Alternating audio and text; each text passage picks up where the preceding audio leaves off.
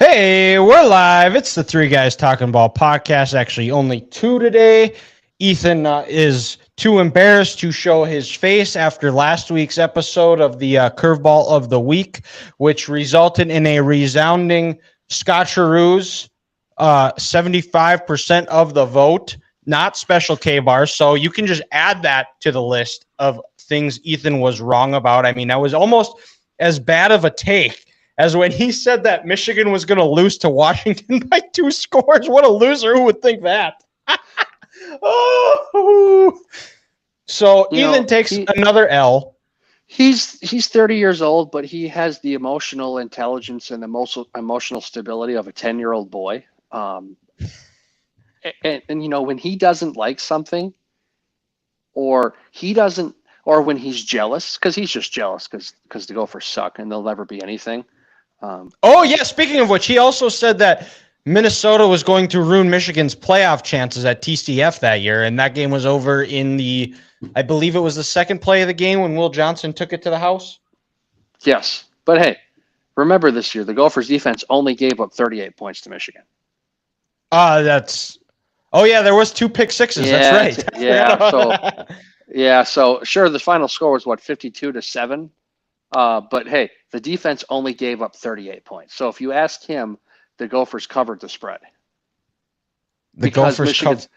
Or who knows? Michigan probably covered anyway. But you take away those 2 touchdowns.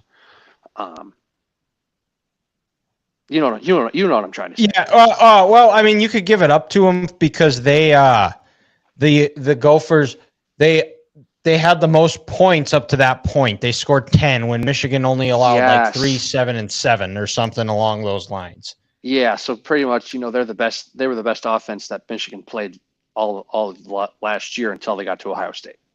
Yeah, correct. But enough dumping on Ethan. We he's not here to defend himself. Which is the best time to cut him down.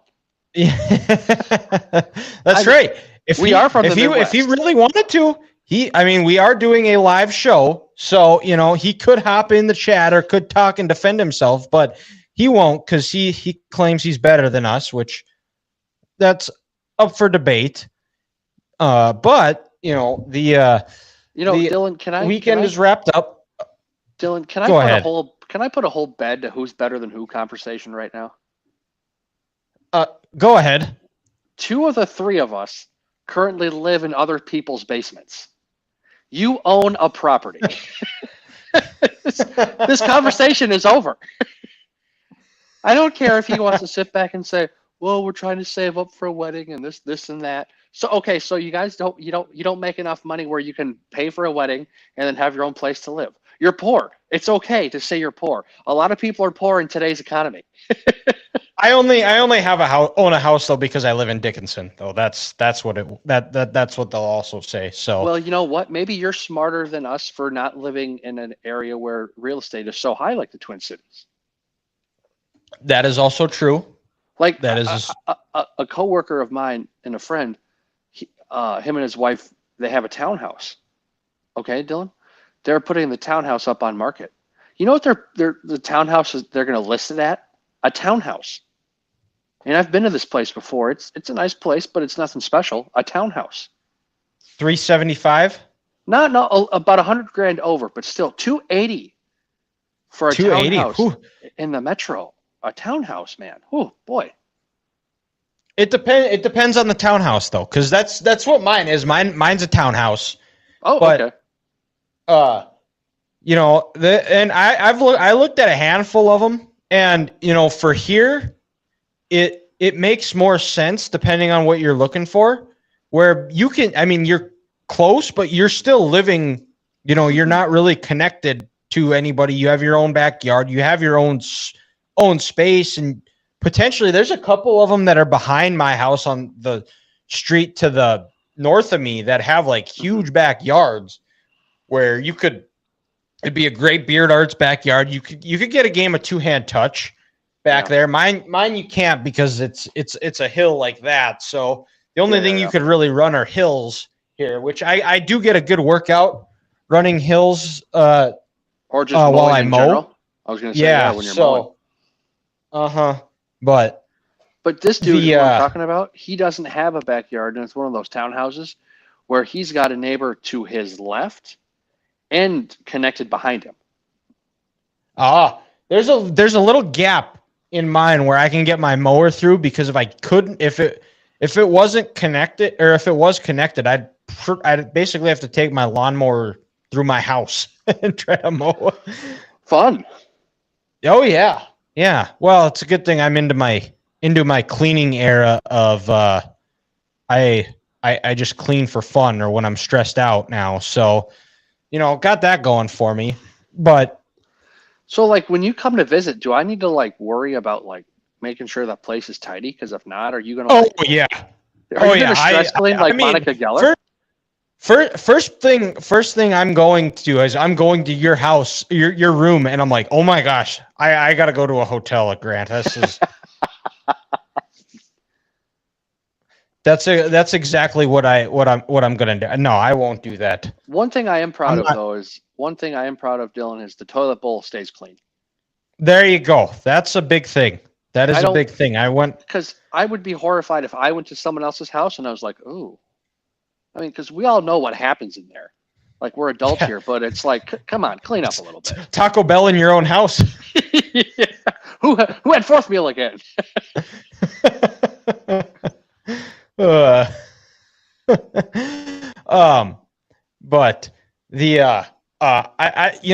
there's some things that I think are making comebacks here, Grant. Now, I golfed this weekend. I did 18 Saturday, 18 Sunday. 18 on Saturday was better than the 18 on Sunday. Okay. But it was they aerated the greens, so the greens were brutal, and I'm gonna blame that on why why I had way too many 3-putts. But it was tough. It was bouncing all over. I mean, there were plenty that it was like, if they weren't aerated, that's what my excuse. I would have made that putt. So like it was that's like actually a valid 10 feet. It's a gimme. Because you see the videos of how, frankly, lucky putting is, and if you hit one spot where it was aerated and that ball shifts, that makes all the difference in the world. Like you hit a leaf, you hit a caterpillar leaf, and it can ruin your putt. So I'll give you that one. So, like you said, I'll take off maybe like 4 strokes since I aerated the greens for you. How does that sound? Okay, that's fair then. So Saturday would have been like a 91. So that would have been one of my better rounds. Well, it would have been my best round of the year. Sunday I shot like a 105, so it was a 101. So it was still pretty rough. But I really think the 3 of the 4 guys I went with, well, and my dad, 4 of us did just walked it with push cart. I think it's making a comeback. I think you get a better feel for the course. You get some good exercise. You get some good sun. You get a nice tan. If you haven't noticed, I got a little more color in my skin here. These compared to the last few episodes, but it just seems a little bit more peaceful. I don't know about it, but Alec, he bought a push cart this year, and he loves it. That's what I'm saying. It's making a comeback. He loves it. His brother, whose name is also Dylan, he is better than us. How is it spelled? The right way. Just the like right way. Okay, good. Yeah. All right, perfect. Yeah, the right way. His bag is so fancy, you like have to put it on a cart. So whenever he plays with his brother, he has to use a cart. But no, his brother is definitely better than all of us, so that's okay. Okay. Because he financially makes the money where he can afford a golf bag like that. And he can still provide for a wife and 2 kids. So lucky him. But he's also 8 years older than us. So maybe by the time we're 38, 37, we'll be in his place. Maybe. The and then Saturday night. Now I got tagged. I don't know if there's like a mini or Twin Cities Classifieds like Facebook page or something. But when you get into these small towns, they can get pretty interesting or entertaining. And somebody posted anonymously about how this guy with a blue shirt was awesome and that was dancing at Final, which is kind of like the OB of Dickinson in a sense. You thrived at the OB, Dylan. You absolutely thrived there. I don't know about that. I don't know if thrive would be the right word. Sorry, but you had the confidence. I was too worried about myself. You were just out there having a good time. You were vibing. You didn't really care. Well, in my defense, most of the time I didn't know my name there, but that is also fair. Some of those stories should remain quiet and just between us. Oh, they will. But the something about how like whoever is wearing this blue shirt marry me, and one of my buddies thought it would be a funny idea to say it was me, and luckily it hasn't blown up too much yet. I thought it was funny. But Grant, do you want to know how I actually spent my Saturday night? I would love to know. Take a guess. Saturday, you know what? You just golfed in the morning. I'm going to say you came home, you got a nap,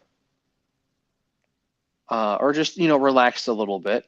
I'm thinking maybe some other friends were busy. Did you have a couple of beers at home and did you clean? No, did not clean. I just did a little bit of kind of some from what I had for supper and that type of thing. But you know what I did is I went to church at 4, got home. I had some rotisserie chicken left, so I heated that up, made a buffalo chicken crunch wrap, which is a good for my choice. supper. Yep. And I was flipping through the channels because there's no NBA on, no basketball, trying to stumble upon something. I stumbled upon Back to the Future, the first one. It had just started, so I was like, you know what? I'm going to watch this. So you know what I did? I watched Back to the Future 1 and 2. That was my Saturday night. That actually sounds kind of nice. Well, because, you had to get ready for the round on Sunday morning. And did you play with your dad on Sunday? I did. I'm guessing Carrie wanted to get up and play early. We did. It was 8:30. Early-ish. That's not too bad. But you're thinking about that. You want to have a good night's rest before. And it brings you back to when you see Back to the Future on it, it's just the beginning. Is that one of those where you stop everything you're doing and you watch it? Saturday night it was. And, it was a little bit disappointing because when 2 ended, I thought, 3, I'm definitely going to watch it. But they went back to the Future 1. But I was like, I'm going to go to bed. But had Back to the Future 3 been on, you bet your ass I would have watched the whole thing. Went to bed at midnight. I don't care what time I woke up. Was this AMC? Or like it was AMC. Yes, okay. It was actually. I think it was. So that dude, low key, that was like kind of one of my favorite things to do as a kid, where it's like, you're just kind of hanging out at home, you're watching TV. Hey, I wonder what movie's on AMC. Rocky's on, Rambo's on. The American Movie Channel. You can't beat it. Yeah, no, you can't beat it. It was always just a classic. There was always something good on AMC. But speaking of which is good, you know what else is good is that they finally announced the date for the new NCAA football game. It's going to be released July 19th. If you buy a special edition, you can play it. You have access to 3 days early. which did I buy that? Yes, I did. The official day that it's released, did I take a vacation day off work to play it? You bet your ass I did. And unfortunately, I wasn't gonna. If I could, I would take all 3 days off to play it, and I wouldn't leave my house. I'm going to Florida that Saturday, so I don't get to spend the entire weekend playing it. But I think I may just keep my regular routine on Friday of I'm going to play I'm going to wake up, get a workout in at 5, 6, go home, shower, and then I will play it from 7 o'clock to, I don't know. I might stay up till 2, 3 in the morning. I'm going on vacation. I don't really need to be. I just need to make sure I get in the vehicle with my parents. So, I'm very excited. They finally released some gameplay stuff. I do have a wish list, which I think there's some that it is coming. There's some other things which Grant, I know you did play the NCAA football games back when you were a kid, right? I did. Yeah, I'm not gonna sit back and say I'm a huge, huge gamer. I had a 360 in high school, and when I was younger, would this be elementary school? I had a PlayStation 2. But again, I'm not going to sit back and say I'm a gaming savant, where you can sit back and talk to me about these games, this and that, and unlike Dylan, I don't think I can play for that many hours straight. But yes, long answer here, but yeah, when I had my Xbox, the game I played the most was NCAA, for sure. Okay. So my wish list, which we're throwing this way back to the PS2 days. My first NCAA game I bought was NCAA 05. Was that with Reggie? Was that Reggie or Desmond on the cover? That was Desmond was 06. Reggie was 07. It was Larry Fitzgerald. That was 05. Okay. I think the first one I had was Desmond. Okay, the campus legend one. The first one where they had the yes. So they also had the setting in both 05 and 06. It was the iconic moments where you could go back and play those games. I hope it comes out. I don't think it's gonna. The other one would obviously be FCS teams where you could play with NDSU, because we just missed the cut of being able to play with them. We got to an NCAA basketball 09, but that was when all the but right before NDSU became eligible for the FCS playoffs, that was when all the consoles were switching over to 360 and PS3. So the FCS teams got cut, but you could create them in Team Builder, which I believe is making a comeback. So very, very excited. I will be playing a lot of it. I've probably conservatively on NCAA 14 alone put over 100 seasons. If you mesh up all the dynasties, my players that I have played through, I believe conservatively I've put in over 100 seasons. Now, question for you, sir. What's the first mode you play? Are you going right to the dynasty where you're trying to build up Kent State? Are you doing a road to glory, or just to get the nerves out? Are you doing an exhibition where Michigan's going to play Wisconsin?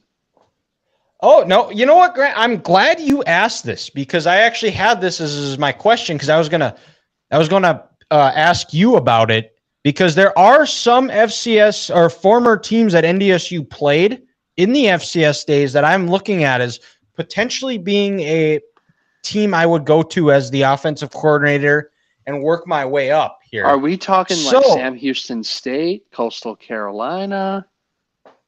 Well, so, I mean, I would probably put those two up there as the two. There's no way you're going to get me to play James Madison at all, because gross. Those guys actually thought playing NDSU was a rivalry game when they won one game in the rivalry. They were 1-4 the rest of the way, or was it more? trying to think. So in 11, NDSU beat them. Mm-hmm. And then in 16, that was when James Madison won. 17, NDSU won in the national title game. They got their revenge.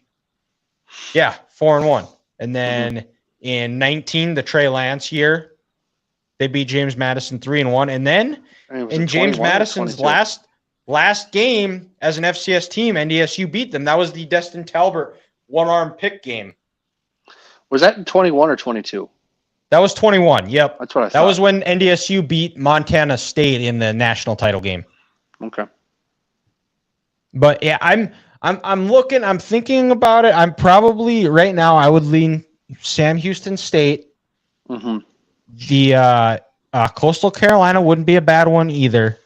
You know, in the one that I have on 14, where I was my longest tenured dynasty, where I was playing all the way through, I believe I'm in year 30 of the dynasty. I've been at Michigan for about 20 years now.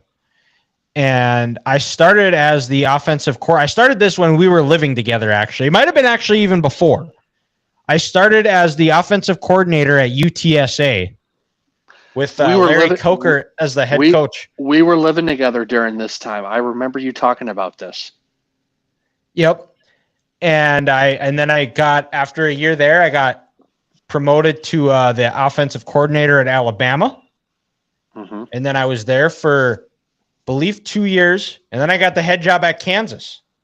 Won a couple of national titles. I think I was there for 3. You were Lance Leopold before Leopold.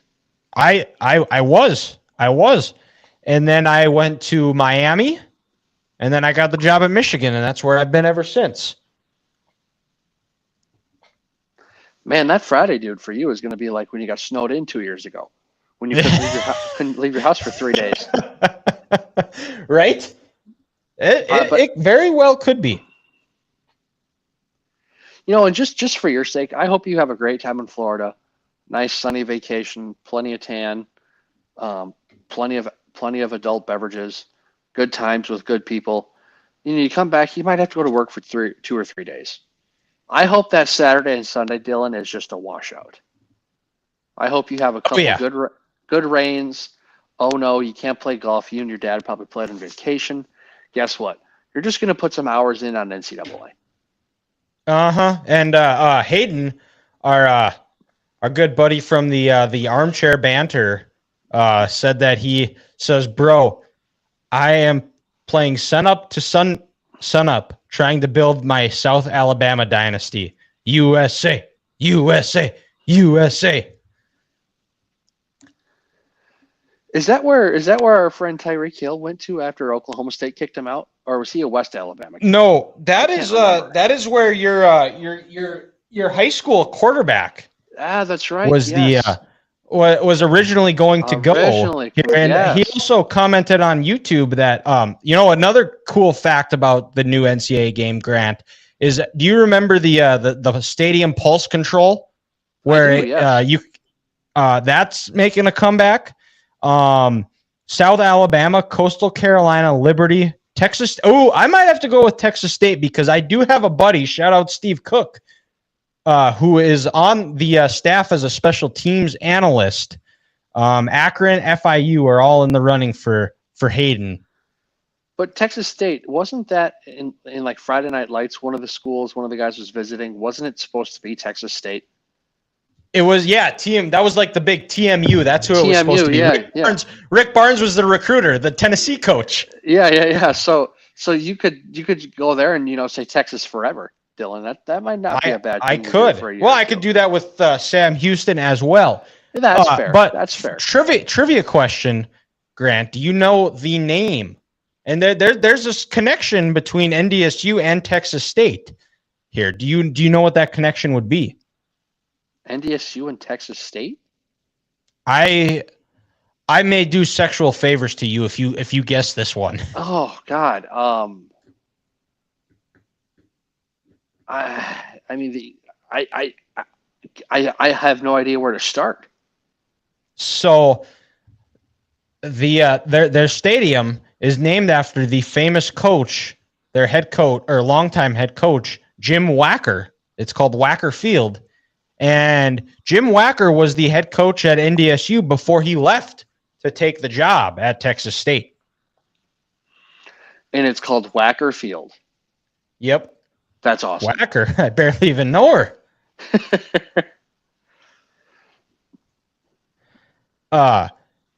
But the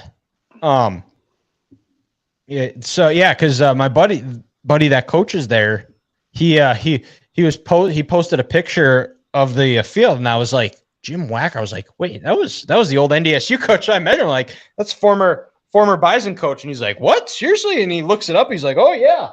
So small world here. But speaking of NDSU, it's a good transition. You know, we're kind of catching up on all the things we missed. NDSU, so Dylan, can we confirm you're starting with your dynasty? Yeah, I think I'm going to be going with Texas State. That's fair. So I think that sealed it. And the NDSU Colorado game time has been announced. It's going to be that Thursday, the last Thursday in August at 8 Eastern time on ESPN. It sounds like there's a good chance that Herbie and Fowler are going to be on the call.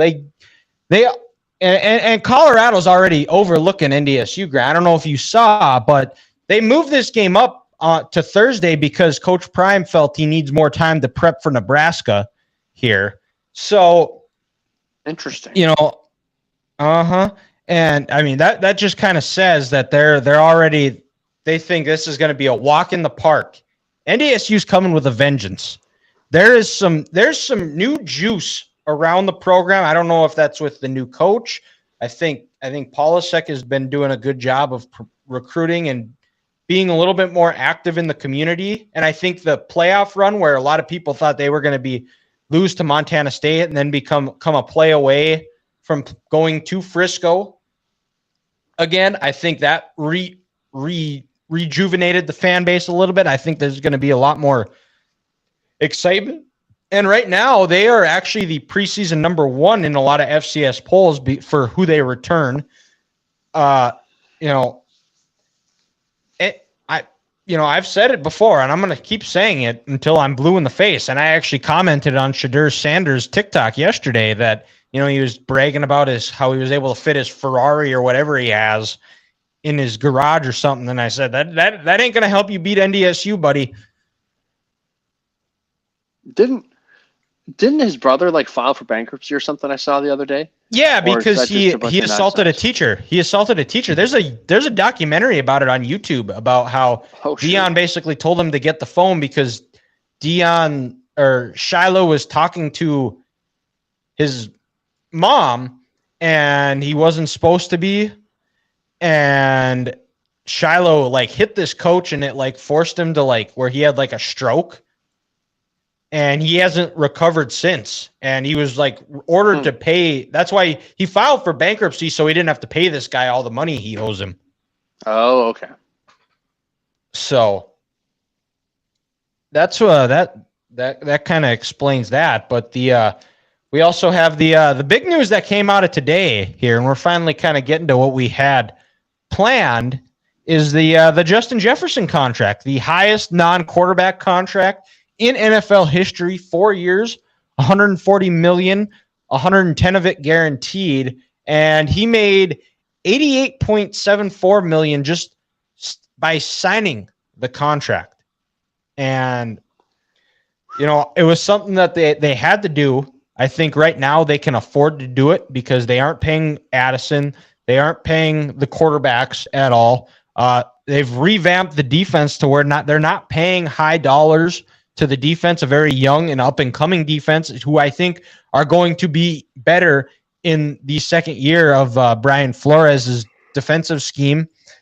So you know what? They can afford it too. And you're not when you're a great player like Justin Jefferson is, you're not overpaying him. You can overpay a good player, but when you are a true bona fide number 1 receiver in the NFL that he is, I think he is worth the money. Now, people that I would struggle with paying are those number 1s those ones that are realistically probably thrive a little bit more as a number 2, I'm hesitant to pay them that top dollar, but a guy like Justin Jefferson, you can't go wrong paying him. So a guy like T. Higgins and DJ Moore, they're not getting number 1 money because they are a 2, but someone. If I were a GM, yes. Yeah, if someone will give them number 1 money because they're desperate, and like what Tennessee did with Calvin Ridley this year. Calvin Ridley, nice player, not worth all the money that Tennessee gave him. No, and just by the way that the NFL has been, because there's so much. I mean, it's transitioned to such a 7-on-7 league. There's so much good value with receivers in later rounds or mid to late rounds that you can just replenish them. It's almost and like I said, you pay the number 1 receivers, but those number 2, number 3 receivers, because they're going to demand number 1 money, you basically treat them like a running back. Is you don't pay them pay them after that first contract. You just go and say, we can find somebody better in the second round, or in later rounds to replace them and just have just as much production. Oh, absolutely. For the most part, why would I want to pay someone on average $30 million a year who doesn't have the ball every single play and is not close enough to the line of scrimmage where they can have truly an impact on the game for better or for worse? They're not a quarterback, they're not a tackle, and they're not a defensive lineman. It's not worth it. And if I can build my roster around those pieces, I'm going to do that, 9 ways a Sunday. You saw this year, Justin Jefferson, average value of his contract, $35 million. Well, the number 1 receiver for the Chiefs this year for how much he's getting paid is Hollywood Brown at 7.5. Give me a team with a bunch of 2s and a good offensive line and a great defense and an elite quarterback that I'm paying my money for, and I'll take the 7.5 over the 35. Like I said, 9 ways to Sunday. Yeah, and when you have an elite quarterback too, you can win. I mean, look at the Chiefs.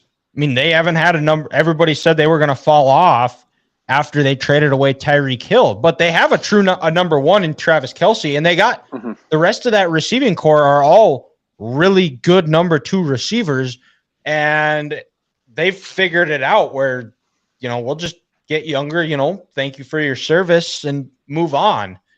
Because Rasheed was great this last year, I should say. But in 2022, nobody wants to talk about how good Juju Smith-Schuster was. Yeah. And, and what happened when he went to New England? It fell apart. Or after Antonio Brown left the Steelers. I mean, exactly. He's not that guy. And heck of a TikToker, though. A hell of a TikToker. Boy, if I could dance the way he could, I would be doing TikToks too, man. You know what we got to do is we got to have some type of bet, Grant, where you have to do a TikTok dance. Ooh, I don't know. When the opportunity presents itself, we'll know. Well, that's fair. That's fair. Uh-huh. It'll just feel right. Like it would almost have to be something like that shouldn't happen. Like for some reason, like when the Patriots, when they went 18-1, like hypothetically speaking, if the Chiefs happened to them this year and they went 19-0 because that 17th game, and they lost in the Super Bowl to some, 10-6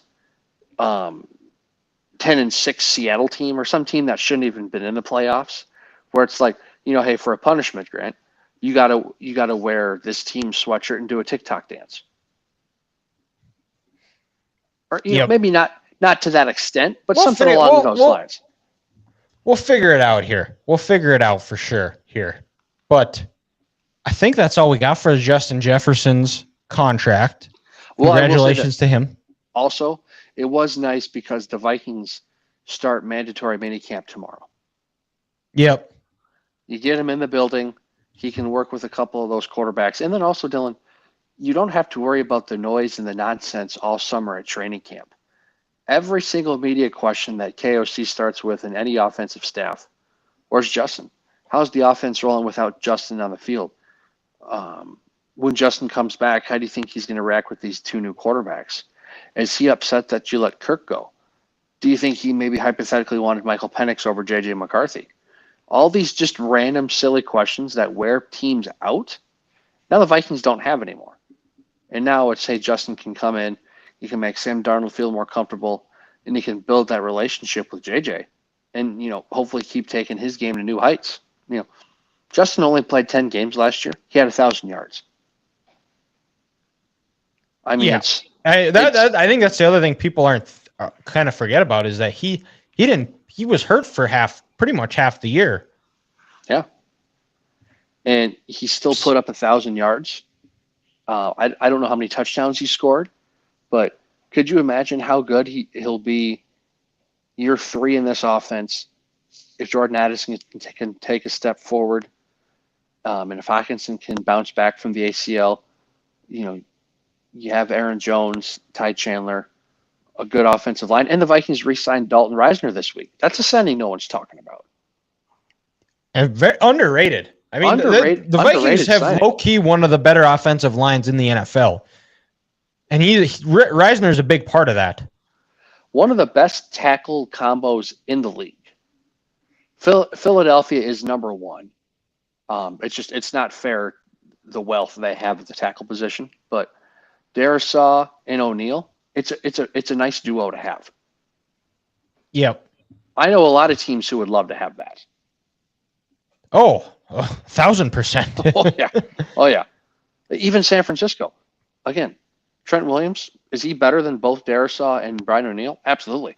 But their right tackle ain't worth a shit in San Francisco. No. Give me the 2 over the 1 every day of the week.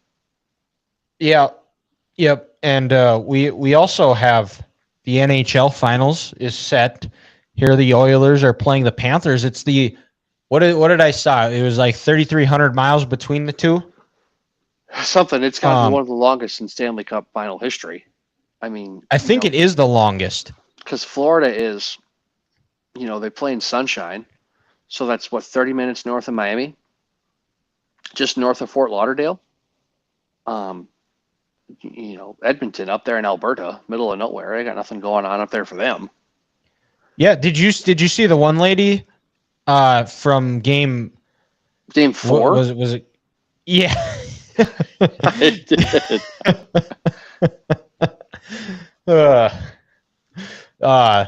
And I think that's why I'm going with the Oilers. But that's more than fair. I mean, yeah. God bless her, for that. But and there's another reason too when we get into that. I'll explain when we preview the NBA finals here coming up.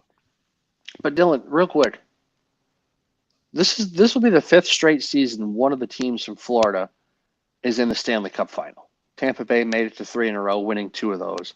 Florida losing last year to Vegas. Minnesota wants to be called the state of hockey, yet the Wild have been to 1 conference championship in its existence. And the state of Florida has had someone in the Stanley Cup final 5 years in a row. Something ain't right. Something ain't right about that. Something ain't right. Nope.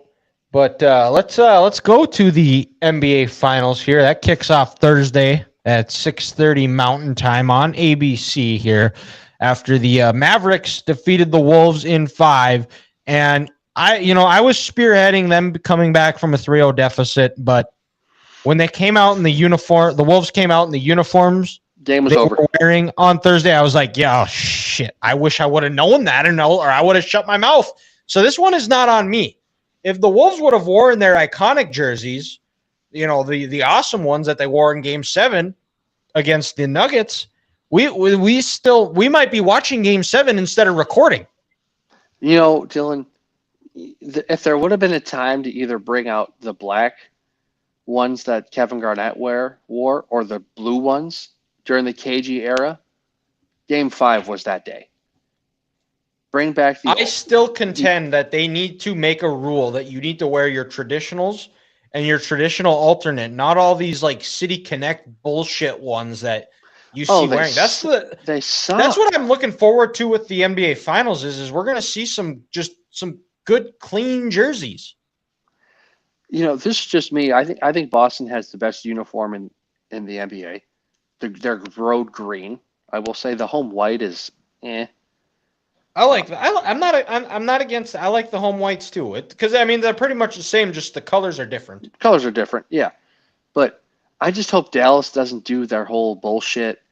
Their Mavs one, where it's like the cursive gray and the blue. On there, like I go back to what Dirk wore, the white Dallas with the blue. That looked good. The ones that they wore in Game 5. Yes. God, those look good. But the Porzingis is a game time decision. I'm curious to see how he gets back into the lineup. How does that help or does that hurt the rotation? What's his conditioning like? Because I believe it's a calf strain, and how long is he going to be able to play? How effective is he going to be able to play? Because I think offensively he'll be able to knock down some shots, but defensively, I don't know who he's going to guard because he's already a defensive liability. But I think guys like Lively would have their way with him. And is it Gafford? Who's the other big guy for Dallas? Yeah, I think it's Gafford. Gafford, they're the alley-oop kings this postseason. With a lower body injury like that, if it is a calf or even if it's shin splints, is he gonna be able to keep up with those big boys? Yeah, it's Gafford, Lively. Mm-hmm. But and then I think Derek White will be the one guarding Kyrie. I'm curious what Boston does with Luka, because there's part of me that thinks they're going to have to be. It's going to be a duo of Tatum and Brown, but that's going to hurt their offense because Luka will wear you out on offensively. Are they going to sacrifice some height by putting Drew Holiday on just so their offense, the Celtic Tatum and Brown are fresher on offense? Because I think that's probably what you go with, because Luka is virtually unguardable, and as good as Tatum and Brown are on the defensive end, I still don't see a way that Luka doesn't get his. So I think you sacrifice some height, and you hope you're able to, and you do it in spurts with Tatum and Brown. And I think when it comes to crunch time, I think you have to have Brown or Tatum on Luka, because that's going to give you your best shot. I think you have Holiday in just to kind of be that guy that'll take some minutes away and keep them fresher. But the other part of it too is Jason Tatum. Coward talked about it today about how the Celtics, they are such a collaborative effort team. And, Tatum talked about how he's looking at this matchup as a bit of a second chance, because in the playoffs that they made the NBA Finals and lost to the Warriors, he had over 100 turnovers. He had 100 on the dot in that playoffs. And I think that's rough. Did he, you talked about using it as a learning experience. Did he learn, things, we've talked about it on this show of, is he someone how he needs to assert himself as the alpha on the team and demand the ball in crunch time. Something that we've seen at times him do, but he, in the way he closed out the game 3 in Indiana, we've seen him able to do it. I think this is where he asserts himself and establishes himself as the alpha on that team. And the other, what do you, Grant? What are your thoughts on this? I think it's going to take the Celtics more than just Tatum and Brown getting 27 to 29 points. Because congratulations, guys, that's awesome. If those guys don't combine to score more than 65, I don't think it's going to be enough in this game. In this series. Also, because I look at it like this, the one thing I'm looking forward to, it's something off the court. How are the people of Boston going to treat Kyrie? And is Kyrie going to take this personally? Game 1 against the Wolves, when, after the Wolves played the Nuggets, Anthony Edwards said, yeah, my matchup was Kyrie. I'm going to see how this goes. I want to see how if Kyrie takes the scars he had when he was in Boston personal, and if he just goes at these guys and he attacks them. Because I feel like when Kyrie is attacking and nobody can stop him, this Dallas team is unbeatable. Because when Kyrie is going good, then the rest of the bench is going good, and Dallas is somewhat active defensively, and they're just rolling right now. So this is a series where Boston, they went out and they traded for Drew Holiday. Well, Drew's going to have to perform in a situation like this, because I think Brad Stevens looked at his roster last year and he said Tatum and Brown are good. They can be special players, but we need another piece. We need a true alpha on this team, and I think that's Drew Holiday. Wow. You make a trade to go get him, and he needs to make a play in this situation. Like, look at Milwaukee. They get rid of him. They bring in Dame.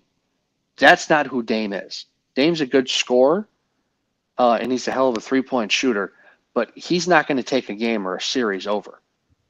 And I think Holiday can be that difference maker in this series. And so if Drew doesn't do what I think he can do, I think it could be a long series for Boston. It could be, and the other part is if this game is close, you have to favor Dallas, because they have two certified alpha closers in Kyrie and Luka, guys that have done it. Kyrie hitting the big shot in Game 7 in the 16 finals, which is crazy to think that was 8 years ago. But I'm also curious, because the Boston fans have a bit of a reputation where they are not the nicest, and especially it is personal with Kyrie. If you remember the last playoff series that Kyrie played against the Celtics, how there was a video of him walking to the locker room telling a fan to SSD. He flipped the bird. And he flipped the bird. He got very, very pushy. I think Kyrie has grown up. I think he's matured. I think this is probably the best version of Kyrie that we have seen since his days in Cleveland. I think playing for Jason Kidd, and I haven't given Jason Kidd much flowers. I've thought he's always a little bit overrated. I think he's found himself as a much better coach now. They talk about the mid-season after they made the trades about it was basically a come to Jesus talk about if they want to go anywhere, they're going to have to buy in defensively. And since that meeting, they have. And Boston is favored in this series, and it's actually like they are big favorites. And if Dallas were to win the NBA Finals, like a lot of people think they are, it would be the third biggest upset in Finals history if the Mavs won. Do you know? Can you guess the other two, the top two? Well, I'm going to say one of them has to be when Dallas beat LeBron and the Heat in 2011. What, in your other one? Ooh, that's a good one. Trying to think here, Dylan. Early 2000s. Pistons, Lakers. Correct. But the other one, so the first one is I don't know the order. It was not the 2011 NBA Finals. Oh, it wasn't. It was the 2019 Warriors-Raptors. That makes sense. Which, I mean, Warriors probably win. Had they not been injury riddled. Because Kevin Durant, there was a lot of talk that he was going to be ready to go by Game 1, but he didn't come back until Game 5. And then Clay because he tore his ACL in Game 6, but he also missed Game 2 and 3 because of a hamstring. Or no, it was Game 3 and 4, I think. Yeah, because I think it was 1-1 after leaving Toronto. Because he pulled it in Game 2. That's right. I remember that. Yep. Yeah, now, and he pulled it right at the end. And then, the Toronto went into Oakland at the time. I think they're still playing in Oakland at Oracle. And no, that was I think it was the first year of the was it the first year of was it Chase Center? Yeah. Oh, okay. So they went into the Bay or San Fran and won. And then everyone's thinking Game 5, KD. Or no, you're right. It was Oracle because there were always pictures of Kevin Durant playing in there, but he never played a game in there because he was a free agent. I think, well, it would have been, it was that year when him and Draymond got into it. Mm-hmm. And then, Game 5 when KD got hurt, Toronto was at home and everyone was anticipating them to win it there, and in Jurassic Park outside was going to lose their mind afterwards. So yes, I forgot about that one. So, and that was the last time Kawhi was really Kawhi, because ever since then he's had either some sort of meniscus or ACL issue, pussyitis, and more than likely that as well. So Grant, predictions here. What's your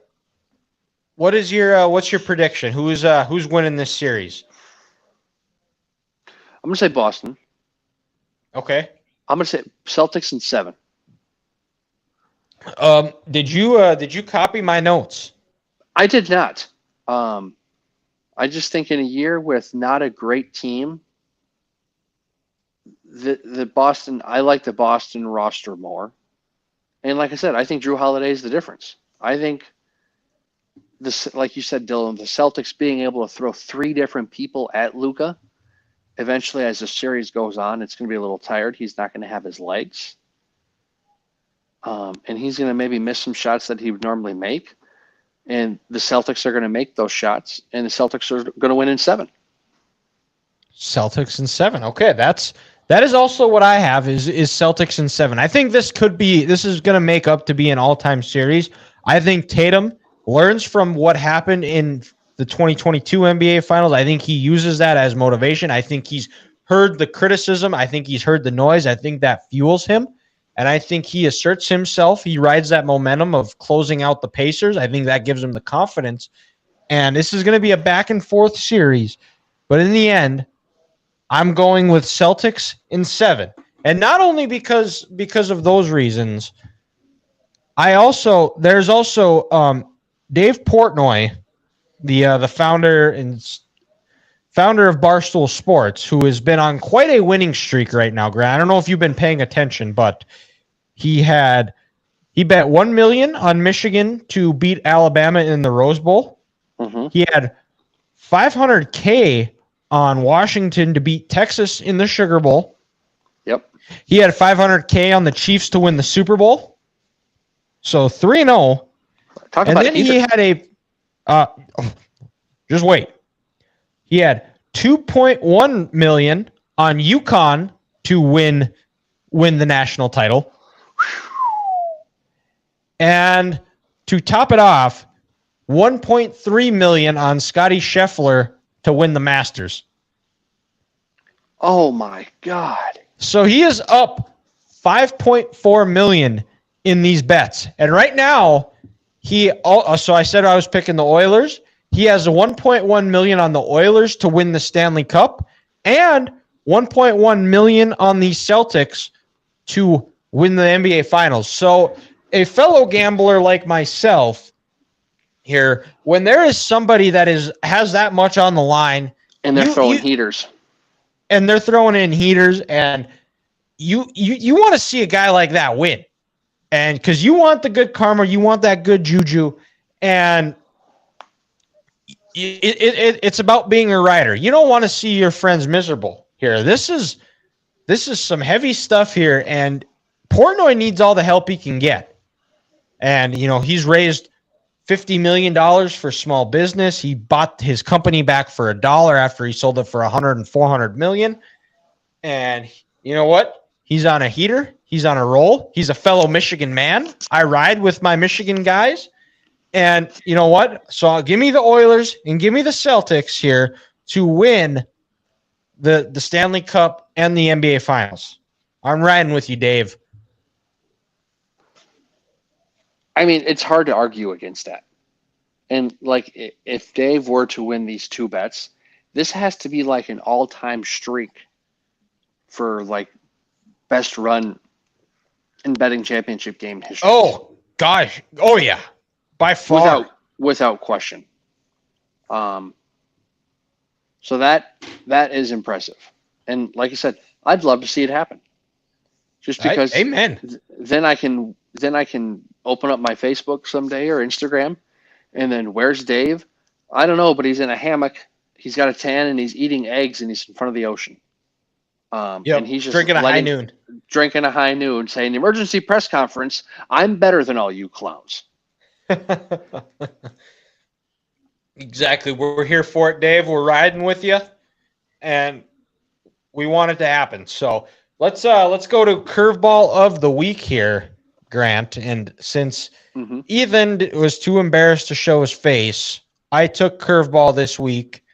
And I'm going to go now. The weather is finally warmed up, even though we had quite a rainstorm here right before we started recording. It was the first night of golf league for my dad and boss, and I don't think they played. It was raining pretty hard.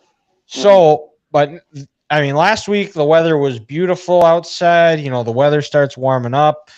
You're out and about. You're playing yard games. You know, hanging with friends, just having a good time, having a drink. But what is all? And you know, it's the time for barbecuing. You know, so Grant, what is your ultimate barbecue spread here? What are you putting on the plate? Oh, that's a good one.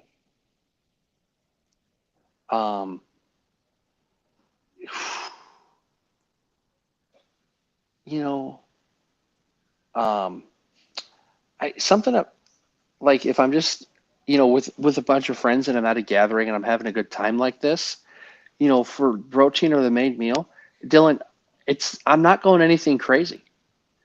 Maybe get myself a couple jalapeno cheddar brats, you know, maybe, you know, a quote gourmet burger, maybe a bacon cheddar or Hy-Vee's got one called the mignon, a little blue cheese, cheddar cheese, onions, and some hot sauce. Burgers, brats. Probably have a thing of baked beans on the side. It's the summer, so naturally there's gonna be watermelon out there, and some sort of fresh fruit. And then you know maybe you know something on the side, maybe some Ruffles chips or some baked beans. It's nothing fancy. It's simple. It's easy. You know, because we're vibing. We're vibing. That is a great choice. Cheddar sour cream. Ruffles. Oh yeah, yep. The original Ruffles with the cast clay French onion dip, phenomenal combination. And if you're here in Minnesota, you know we got Top the Tater. Oh yep, top the tater with jalapeno cheddar Cheetos, all-time combination. Interesting. I don't know where I saw it last year. I can't remember where I saw it. I think I saw it on TikTok somewhere or something, and or an Instagram reel or something of it was top tater and jalapeno cheddar Cheetos. So I was like, that looks good. So I went and I tried it, and it was good. It was really good. Okay. But yeah, no, Grant, I'm with you. I'm doing double duty. I'm going a cheeseburger and a brat. Yeah. And you know, you gotta have like a macaroni or a noodle salad, like one of those noodle salads with the Italian dressing, and it's got like the little cheese. It's got like some cheese squares in there, maybe a tomato, some black olives. Yep. Or just the straight macaroni salad, the Reese's macaroni salad. You know, the chips, with some baked beans or the French onion dip. But the key is with the baked bean with the chips is you're dipping them in the baked beans as the go. Okay. I don't know if I've ever done that before. A German style potato salad. My grandma makes. It's incredible. That's a hot potato salad, right? Or no? No, not hers. No, it's cold.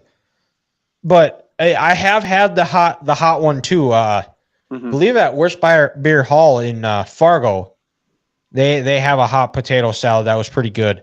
But the baked beans, you got to have some watermelon, some pineapple, some summer fruit. Yeah. And then you're also, I mean, it's a barbecue, so people are bringing sweets. So, and as we discussed earlier, and the debate has settled that it is Scotcheroos.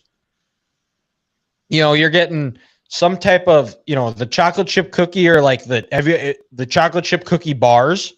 Those are incredible. Yeah, those are good. Or lately in the kick that I've been on quite a bit lately is the monster cookies. So either the chocolate chip cookies or the monster cookies, either one I'm going to eat. My mom makes a hell of a monster bar. Ooh. For a dessert. It is delicious. Okay. And you know the crazy thing about it is that I didn't know what a monster cookie was until I got to college. Really? It wasn't around, like you never had like monster cookie ice cream or No, there is some type of ice cream, but you can't get it in Dickinson. If I go to any of like the smaller grocery stores in like smaller towns that I visit for work, they have it. But I cannot find this monster cookie ice cream that I want to try. But there's a place in Fargo that's got like gelato, and you can get monster cookie gelato. That was really good. But no, so my mom never made monster cookies. The first time I had a monster cookie was at an indoor track meet when, if you remember Stefan, actually a new dad. So congratulations, Stefan. That his mom made monster cookies, and he had me, and I tried. And I was like, oh, this is life changing. Interesting. So, and I asked my mom, I was like, have you never made monster cookies? She's like, no, Emmett. She believes that M&Ms don't belong in cookies. Well, sorry, but Jolene, that's just not right. So, but yeah, definitely like, and definitely I'm having like multiple of each. I'm having like 2 Scotcheroos. I'm having 2 chocolate chip cookies because you can't just have 1 chocolate chip cookie. You got to have 2. Oh, whenever I get one at the dessert line, there's always a minimum 2 on there. And like I said, more than likely I'm coming back for another 2. And every time I go up, Dylan, to your point, I'm glad you brought up like the side salad, macaroni salad, potato salad, whatever you want to call it. I'm double dipping down on that too. And you know what? An honorable mention I forgot to say, a good coleslaw. At the barbecue, you cannot go wrong, especially like if you want to put a little coleslaw on top. If you have like a pulled pork sandwich. Oh, that's very underrated. Oh my God, takes me back to North Carolina. God, just the good food those people have down there. So, you got to throw in some coleslaw. Oh, and occasionally, if you're going to a really fancy one, you can't go wrong with the cheesy hash browns. Yeah, no, that's fair. But now that we're talking about chocolate chip cookies, you know what's really dangerous is when you were a kid and your mom would be making chocolate chip cookies and you'd scoop out some of the dough, and when those cookies would come out fresh, hot out of the oven, and then it'd be resting and they're just sitting there where you eat like 10 of them. And I'm pretty sure those calories, they don't count either. So you're okay. 100%. That's just the law. I don't write the law. I just follow it. Exactly. Correct. You got that right. But I think that wraps up this week's episode. So Grant and I both said Celtics in 7. So it'll probably be Mavs in 4 or 5 here. We'll be back next week, either Monday or Wednesday. We'll figure that out. Let's see what the NBA playoff schedule is like.